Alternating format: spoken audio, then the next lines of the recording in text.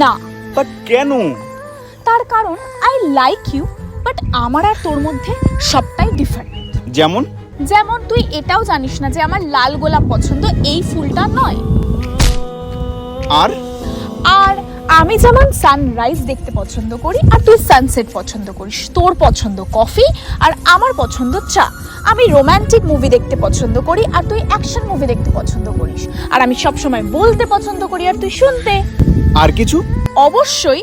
আর আমি সব সময় টাইমে আসি আর তুই একদমই টাইমে আসিস না। ইটস ওকে, আমি তোর সাথে কখনো কখনো সানরাইজ দেখে নেবো কফি খেতে খেতে, তুই কখনো আমার সাথে চা খেতে খেতে সানসেট দেখে নিস। আমি তোর সাথে কখনো ডিডিএলজি দেখে নেবো, তুই কখনো আমার সাথে কেজিএফ দেখে নিস। তুই তো সারাদিন বকবকি করতে থাকিস, সেটা আমি শুনে নেবো। আমি কখনো তোকে লজিক দিয়ে বুঝিয়ে দেবো, তুই কখনো আমাকে ইমোশন দিয়ে ভুলিয়ে দিস। আর এত ছোট ছোট জিনিসগুলোর জন্য আমি তোর থেকে সরে যেতে চাই না বা গিভ আপ করতে চাই না, বিকজ আই লাভ ইউ।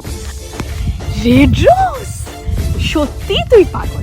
আমি এত কিছু বলার পরও তুই সবটা অ্যাডজাস্ট করবি আর আমাকেই চাইবি। হ্যাঁ, শুধু তোকেই চাই। আর এরপরও যদি 1000টা অ্যাডজাস্টমেন্ট করতে হয় তাও আমি তোকেই চাইবো। আর হ্যাঁ, পৃথিবীর সব প্রেমিকরাই পাগলই হয়।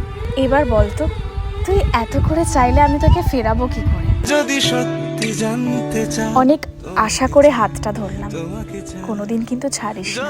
কথা দিচ্ছি, ছাড়বো না। যদি সত্যি জানতে চাও, তোমাকে চাই, তোমাকে চাই।